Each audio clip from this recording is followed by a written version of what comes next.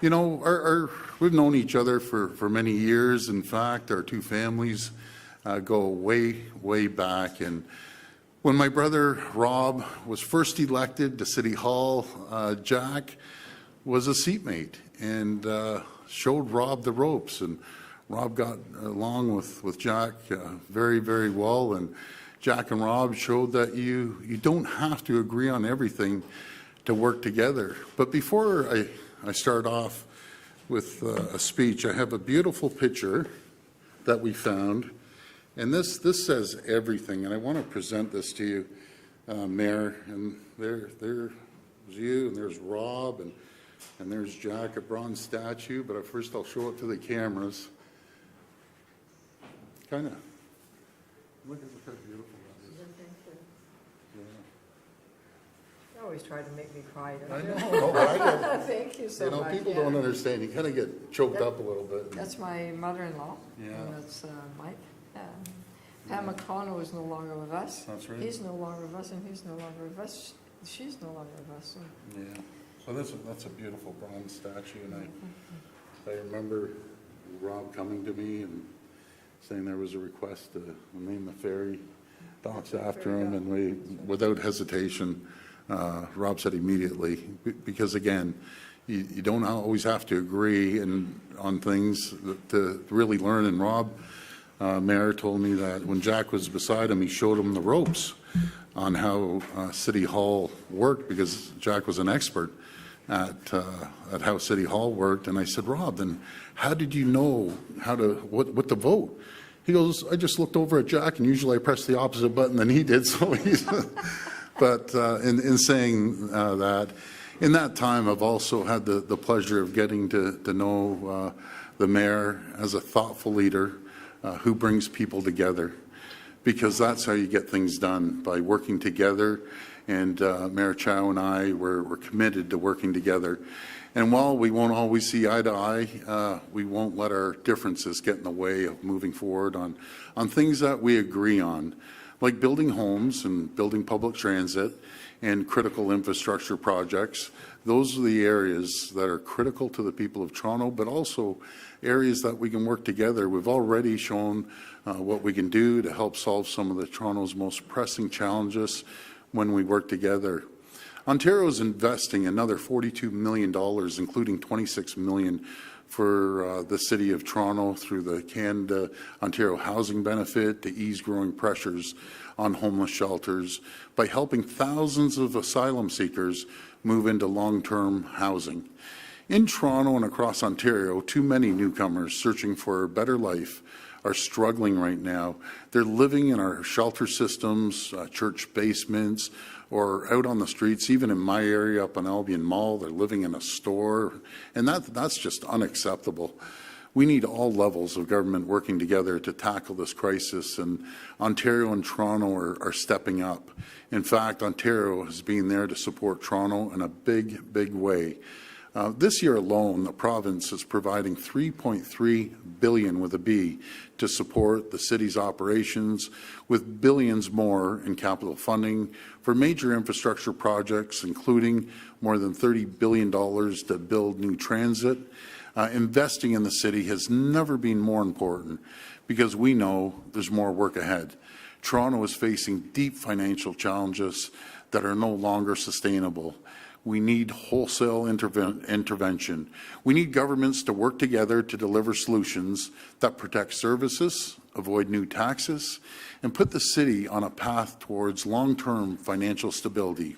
Simply put, Toronto needs a new deal. That's why today, Mayor Chow and I agreed to a New Deal working group. We also agreed the path forward needs to be rooted in supporting smart and effective growth, not painful program cuts or new taxes on people and businesses. This working group will have a mandate to bring forward solutions that respect and support the efficient delivery of local governance and city programs, and support the delivery of shared priorities like building affordable and attainable homes, public transit, and city-enabling infrastructure. Toronto is too important to Ontario and Canada's economic success to let these problems linger. and we need all levels of government working together. That's why we're urging the federal government to meet us at the table by joining this New Deal working group. It's certainly my expectation that any agreement will include additional financial support from the federal government. I want to thank you, Mayor, for your partnership, and I know we're going to do great things together. We're going to get things done for the City of Toronto. Thank you, and may God bless the people of Ontario, and I'll pass it over to you, Mayor. Thank you. What a touching present that I just received. It was a surprise, Mr. Premier. Thank you for a beautiful present. I think my family and my grandchildren will be very grateful, because in it is also my late mother-in-law and your late brother, and Pam McConnell, who often talk about how we are, when we work together, we're really working for the future generation. And I know that one of your daughters just got married, and eventually maybe there'll be some grandchildren. We're looking forward to building a city in Ontario that works for everyone. I'm also very grateful that the Premier had a new announcement on the housing benefits. It would benefit almost 2,000 refugees, claimants, and people that are homeless to find permanent housing. And that's also give those people that are most desperate a source of hope. This weekend, I helped celebrate the 60th anniversary of Good Shepherd. They've been housing homeless folks and providing food for them. And I met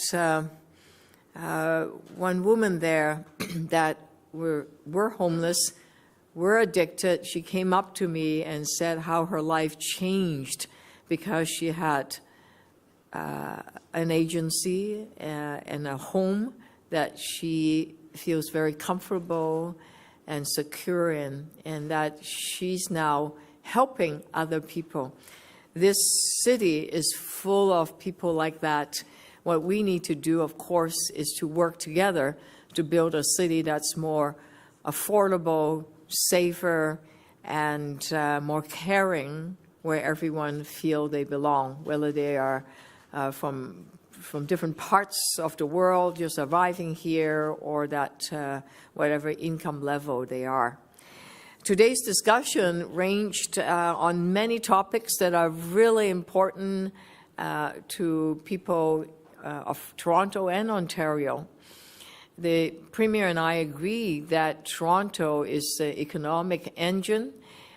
We generate half of the GDP in Ontario, and that we also agree that the present financial arrangement is just not sustainable, and that we need to have a long-term financial deal, a new deal, a better deal, that whichever kind of deal we have, that would have some kind of revenue that is secure, so that we don't have to every year or almost every month we are just talking about trying to find revenue source.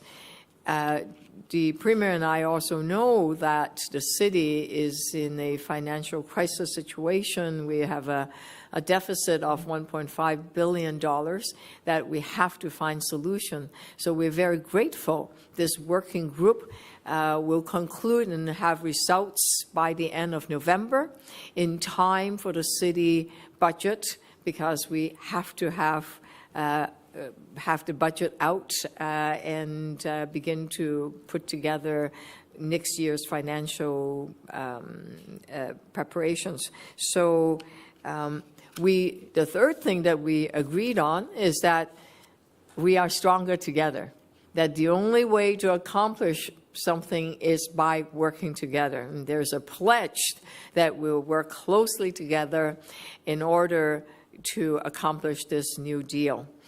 I am extremely pleased about that because Toronto on a stronger financial footing will mean that the city is going to be so much more affordable and that the residents will get much better services for decades to come. We know that is urgent, so that we are also inviting the federal government to join us. They do have some financial means, and we are hoping that they would do so. Now that today is the first day the House of Commons convened, we hoped that we can have the federal government engaged with us. I look forward to working with the Premier on this long-term working group.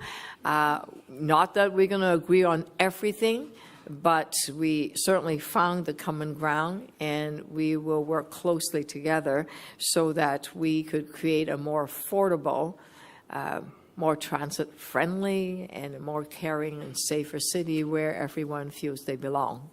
So thank you very much, and we're open for questions. If reporters could please line up at the microphone behind me, please identify yourselves by name and outlet. It'll be one question and one follow-up. First question. Good afternoon. Mark McAllister from City News. Hi, Mark. Very quickly, you've mentioned a working group with a deadline of end of November. That's a fairly tight deadline to come up with some sort of new deal, and there's been very specific asks that have come from the city in terms of actual dollars versus permission to increase some sort of revenue tool. Which are you expecting by the end of that time, or is it open-ended at this point? Well, it's really open-ended on the discussions. That's why we thought we'd put the working group together. There'll be senior staff from the city, senior staff from the province working together, and I'm very, very confident we'll come up with a solution.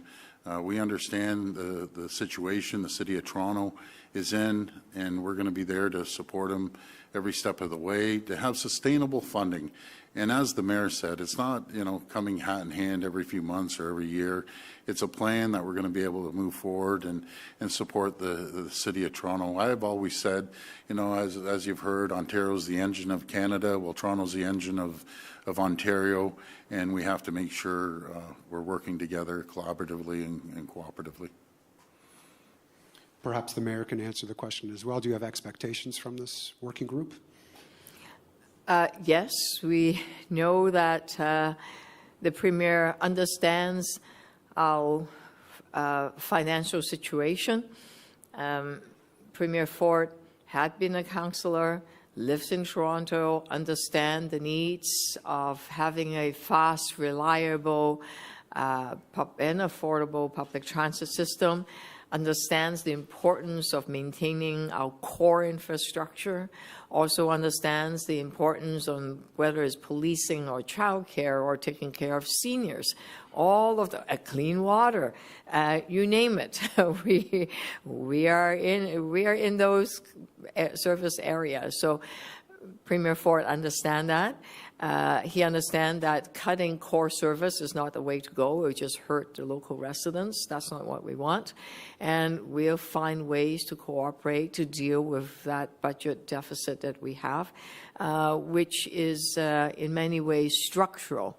It's not a one-time only. There are structural changes that we need because right now the City of Toronto is carrying almost over $1.1 billion worth of services on behalf of the provincial and the federal government. So we're delivering the service.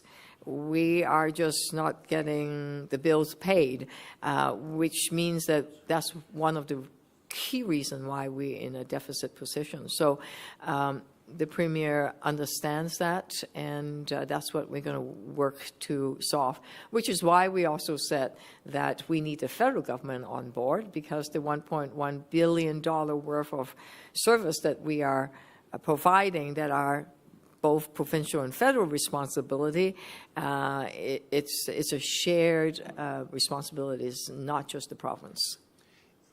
Is the working group and what you anticipate coming up with, is that all going to be dependent on the federal government stepping up as well? No, I'll let the Premier speak to. We can't dictate what Prime Minister Trudeau will do, but at bare minimum, we will come up with some kind of understanding and some kind of work and some kind of deal.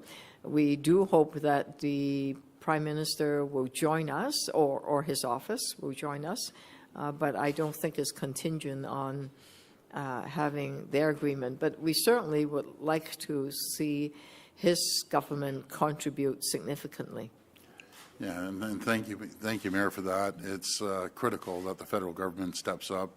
You know, we're putting $3.3 billion towards the City of Toronto, and we need the infrastructure money from the federal government. We need to see some housing money from the federal government, and that's how things work. If all three levels of government work together, work collaboratively together, then we get things done a lot quicker. So I'm encouraging the federal government to come to the table and have a voice at the table.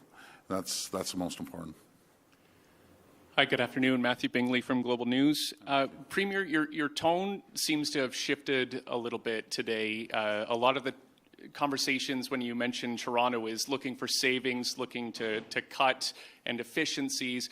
Why now? Are you acknowledging that there is a structural problem with the way that the city is financed, and what has made you, I guess, change your opinion on finding a solution to that? Well, I think I've shown over a number of years, I don't care about political stripes. I'll work with anyone, both the mayor and myself. We have a history. Our families have a history. I want to work with the mayor, and that's how you get things done. They're in a real tough financial situation. We'll be there to support them, as we always have been. If you look at the budget, I think we're the second largest line item on the budget next to the taxpayers, and we're going to continue working on the key areas of housing and making sure that we have the infrastructure. Right down to the water, that this goes all the way back to when I was a city councillor, the infrastructure backlog, and make sure that the housing is there too. So that's what we're going to focus on, and in transit, but that's what we'll focus on, and we're going to have a very good working relationship to move things forward. And Premier, if that working group, I'm sure the idea of a Toronto sales tax, a municipal sales tax came up during your meeting. If this working group comes back and says this is the best way to have that long-term financial stability for Toronto, will you support a sales tax that's Toronto-led? I'm just not in favor, and especially in these times that people are struggling to put more of a burden on the backs of the taxpayers. There's always ways we look at revenue growth opposed to taxing people. And there's always a way of doing it, but the working group's going to work well together and report back to the mayor and myself and the appropriate ministers, and we'll get through this as we have in the past. We'll show the support needed to help out the City of Toronto, and that goes for all cities right across this province, large cities. We're there to support them. We've put $1.5 billion out there for an incentive to build more homes. And by the way, I want to congratulate Toronto. They're doing a phenomenal job so far, and I truly believe they're going to continue doing a great job in creating attainable and affordable homes and even regular homes, nonprofit homes. So that's what we're going to focus on with them.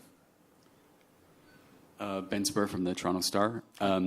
Premier, you say that you're opposed to any new taxes, but one of the things that City Council has asked for is the potential for a slice of the existing HST, which technically, I guess, wouldn't be a new tax. Would you be open to that idea? Not right now. What we want to do is work with them. There's a lot of subsidies that we're supporting the city with, so we're going to have common ground. We'll come up with a solution that we can see growth, that we've seen tremendous growth here, economic growth too, bringing more people here, more businesses here, revenues through just regular taxes. If you buy a home, you're going to be contributing to the city coffers. If a new business comes here and wants to expand and add more employees, that's another area that we're going to see revenues come into the city coffers and in return the provincial coffers.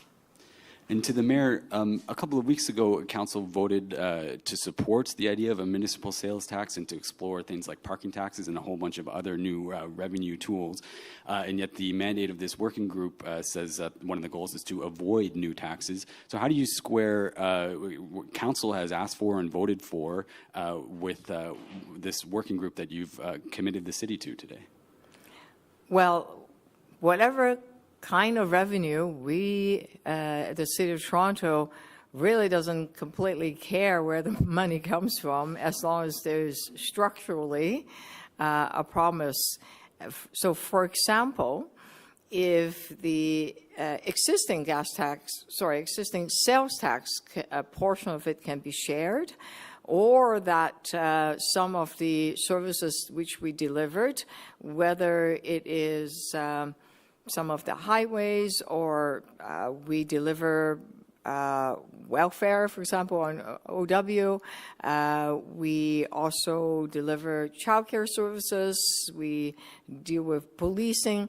There's any number, public transit. Public transit, for example, in the past was jointly funded in terms of the operating costs by the provincial and the city government. Now it's 100% City of Toronto. The shelter cost used to be 80% City of Toronto, 20%, 80%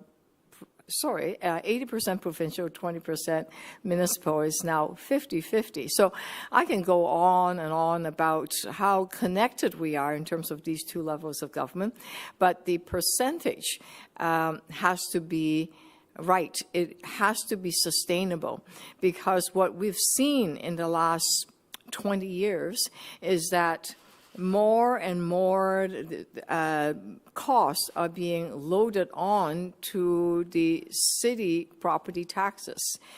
And that's why structurally it's not sustainable. And that is at the core of this working group. How are we going to rebalance that kind of service delivery so that we are able, in a long-term sustainable way, deliver the service to the people of Toronto in a way that means that the City of Toronto will not face a big deficit.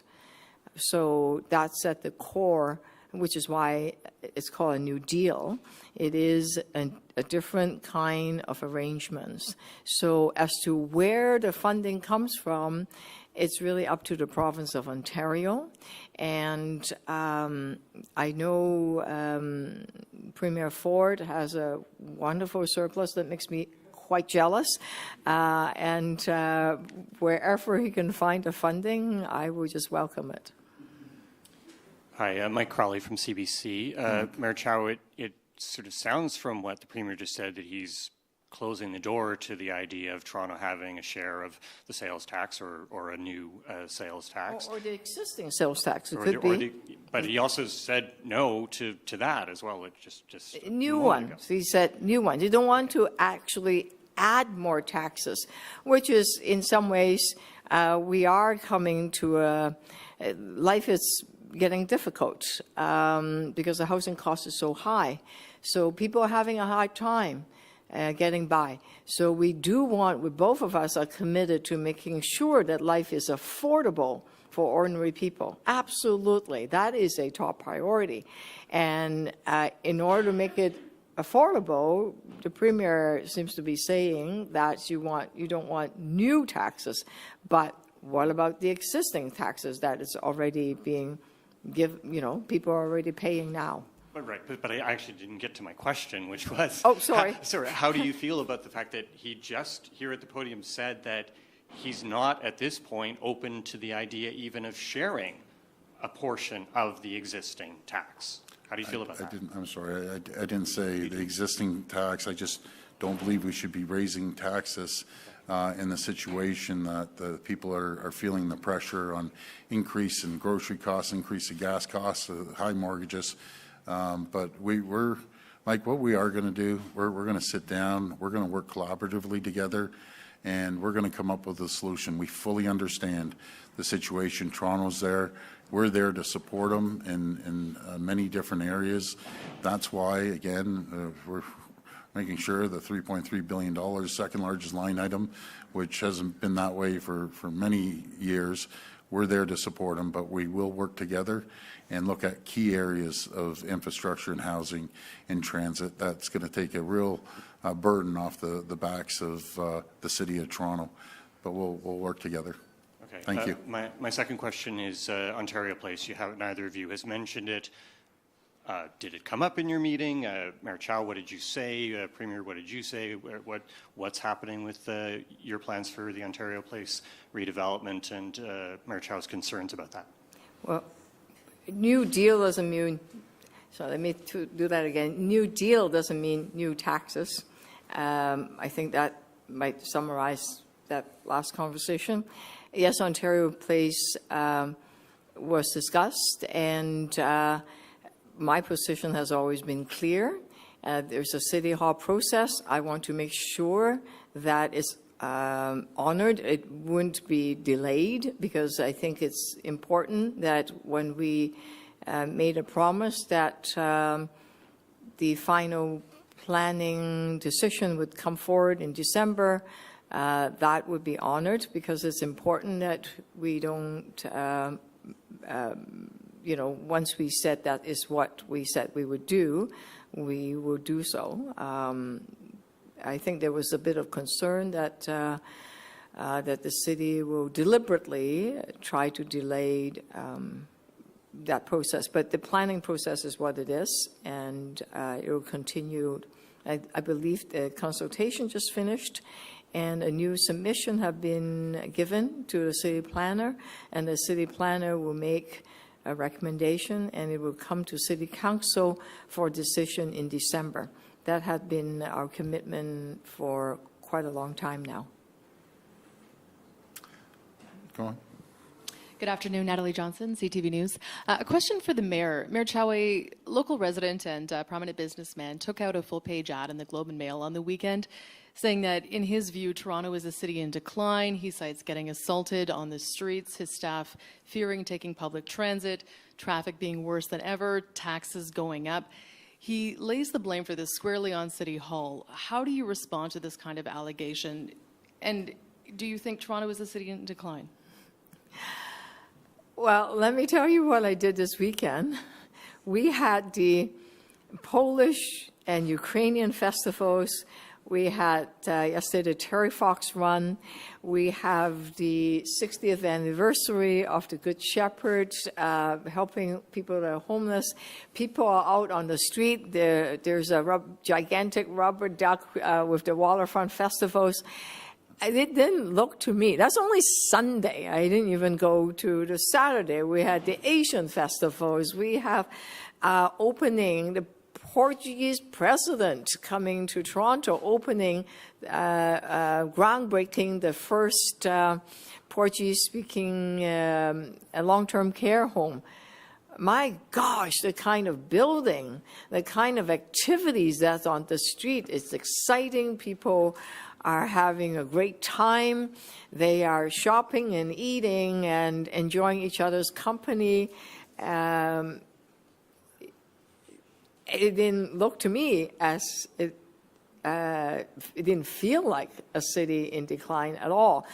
In fact, if you talk to both the Polish festival organizer and the Ukrainian festival organizer, they said this year had the highest number of people coming out than ever.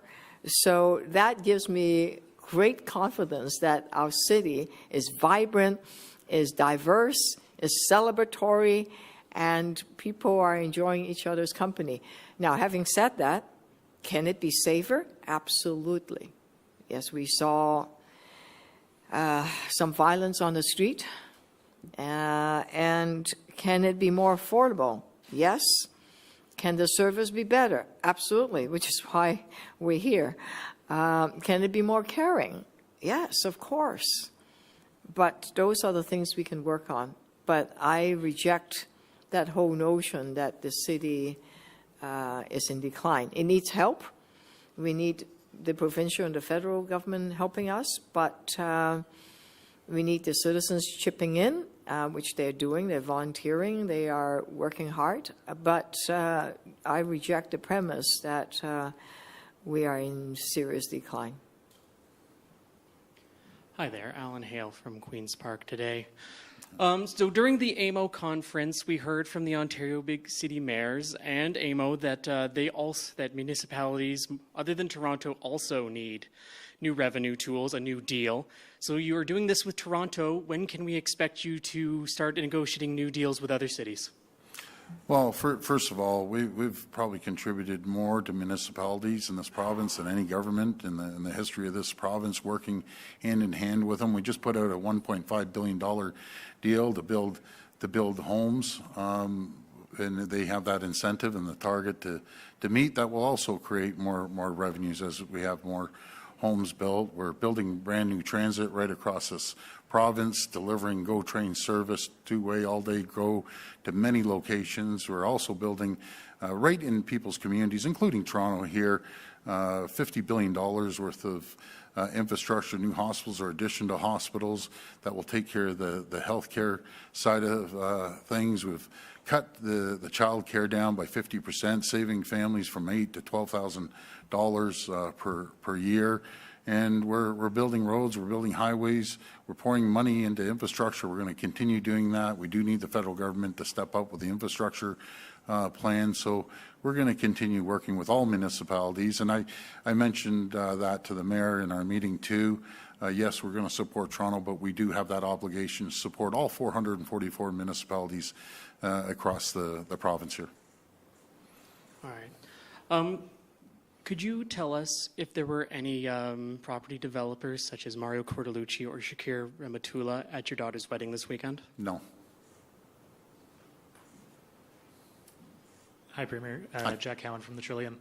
For the health ministers meeting in PEI next month, will Minister Jones be attending? And if so, what are your top priorities? I apologize. Can you just repeat that question? Sure, sorry. Yeah. So can you hear me okay? Yeah. Okay. So for the health ministers meeting in Yes. PEI Yes. next month, will Minister Jones be attending? And do you want to chat about top priorities for Ontario there? Yeah, great question. Absolutely. The minister's going to be there with all the other ministers across the country. We're always going to advocate for support through the federal government. You know, I realize that they gave us a little more support, a couple percentages, but there's areas that we can all work together, especially on the staffing side too, enabling nurses and even doctors from one province to the next and be able to have gainful employment. But we have a great working group of premiers in all provinces and the territories, working collaboratively together on healthcare, on infrastructure, and every other area you could think of. And I think it's going to be a very productive meeting in PEI, and we look forward to hearing what they accomplish, but also what the federal government is doing to continue to support our healthcare needs, because it's growing at a rapid pace and a lot faster than the couple points that they gave us in extra funding there. Okay, and the NDP is planning to table a bill next week to return the Greenbelt land that was removed. Will you allow your caucus to vote freely on that, or is that going to be a whip vote? No, you know something, we're going to continue moving forward with the facilitators and the facilitator there. Our main goal, folks, is it's all about making sure that we have homes, attainable, affordable homes. And I think you heard me mention about the modular units too. It's not about just one area. It's about making sure that the excess of 500,000 people, and again, they aren't accurate numbers, and the feds aren't denying that. You know, CIBC came out saying it's probably closer to 800,000 people. We need to build homes of all types. We can't have people living in tents. We can't have people living in malls and other areas. We need to continue to build homes, but make sure that they're attainable for a newcomer or a family or a young family that's starting, that they can afford a home. They can afford to pay a mortgage. And that's what we're going to be focused on. And that's why I've emphasized before, and I'm going to emphasize it again to the Bank of Canada. You can't even think of raising these interest rates because you're killing the economy, you're killing middle-class families, everyone across the board. I hear you're thinking about it again in October and the new year. It's just not acceptable, and it'll be falling on your shoulders when people are struggling to buy a home and put money on the table. This will be the last reporter. Okay, thank you. Hey, Premier. Cynthia Mulligan, City Hi, Cynthia. News. Hi, Mayor. Premier, this feels like quite a shift from you. I mean, John Tory was also an old personal friend. He's come here many times. The city has been in trouble financially, budget after budget. Yeah. Why are you suddenly shifting and agreeing to this working group and acknowledging that Toronto's finances are not sustainable? What's the shift? Well, let's first of all, let's give the mayor a fair shot here. You know, I got a comment on that letter. It kind of disturbed me. She just got elected. Like, let's talk a year down the road, see where we're at. But, you know, and yes, Mayor Tory's a friend. He continues to be a friend. But we've known the mayor and her family for a long time, too. It's not easy being mayor. Very few people. Rob was a 64th, so you're this, I guess, 66 mayor, and it's just not a walk in the park as the city grows and the infrastructure ages and the backlog of infrastructure.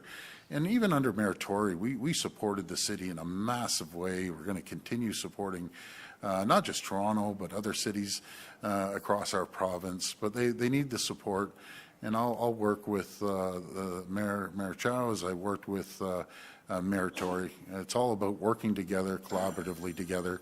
That's how we get things done. But we need the federal government to step up as well. And Premier, you've been through a heck of a few weeks with a couple of nasty reports about the Greenbelt, finding a lot of fault with the government. Polling suggests that you've taken a hit. The legislature is resuming next week. How are you managing all of this? Because one thing we do know about you is you don't like it when people don't like you. Well, so, you know, like, how are you doing through all of this? Yeah, well, I guess I can be for any elected official, but let's talk about the polling. You know, you've been putting these polls out. We know from 3 separate polls, we're at 39, 38%. My favorite saying, folks, is, and that would be a majority government, by the way, if the election was held today, but the only poll that counts is on election day. Polls are for dogs. But if you go out there, and the reason we're at that percent, ask the people, who do you trust with your wallet? Who do you trust on reducing taxes? Who do you trust on creating jobs, as we created 700,000 jobs? Who do you trust about, again, saving you money, saving 10 cents a liter? Just imagine if the gas was 10 cents more, that we reduced it, or the license sticker that we gave back to 8 million Ontarians, or cutting the tolls of the 412 or the 418. Ask the people, who do they trust getting homes built? Getting homes built for their children, their grandchildren. Ask the newcomers, who do they trust to build the homes? That's the reason we are truly at 38, 39% and would form another majority government, but that only counts on election day. Thank you. Thanks so much, everyone. Thank you.